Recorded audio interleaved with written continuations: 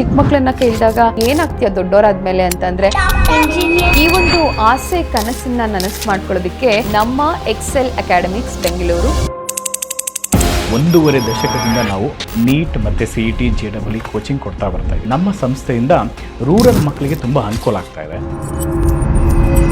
ನಮ್ಮ Excel academy ಸಂಸ್ಥೆಯಲ್ಲಿ NEET long ಟರ್ಮ್ನ ಕೊಡ್ತೀವಿ ಮತ್ತು CET ಲಾಂಗ್ ಟರ್ಮ್ನ ಕೊಡ್ತೀವಿ. ಡೈಲಿ ಟೆಸ್ಟ್ನ ಅಟೆಂಡ್ ಮಾಡಿದಾಗ ಮಕ್ಕಳು ಕಾನ್ಫಿಡೆನ್ಸ್ ಲೆವೆಲ್ ಬೂಸ್ಟ್ ಆಗುತ್ತೆ, ಜೊತೆಗೆ ನಾನು ಎಲ್ಲೂ ಬಂದು ಲ್ಯಾಂಡ್ ಆಗ್ತೀನಿ ಅನ್ನೋದು ಗೊತ್ತಾಗುತ್ತೆ. ಫಿಸಿಕ್ಸ್, ಕೆಮಿಸ್ಟ್ರಿ, ಬಾಟ್ನಿ, ಝುವಾಲಜಿ ಪ್ರತಿ ಒಂದು ಸಬ್ಜೆಕ್ಟ್ ಕೂಡ ಇಂಡಿಯಾದ ನಂಬರ್ 1 ಫ್ಯಾಕಲ್ಟೀಸ್ ಕೊಟ್ಟು ನಾವು ಟೀಚ್ ಮಾಡಿಸ್ತೀವಿ. ಫಿಸಿಕ್ಸ್ ಅನ್ನೋದು ತುಂಬಾ ಟಫ್ ಸಬ್ಜೆಕ್ಟ್ ಎಲ್ಲರಿಗೂ.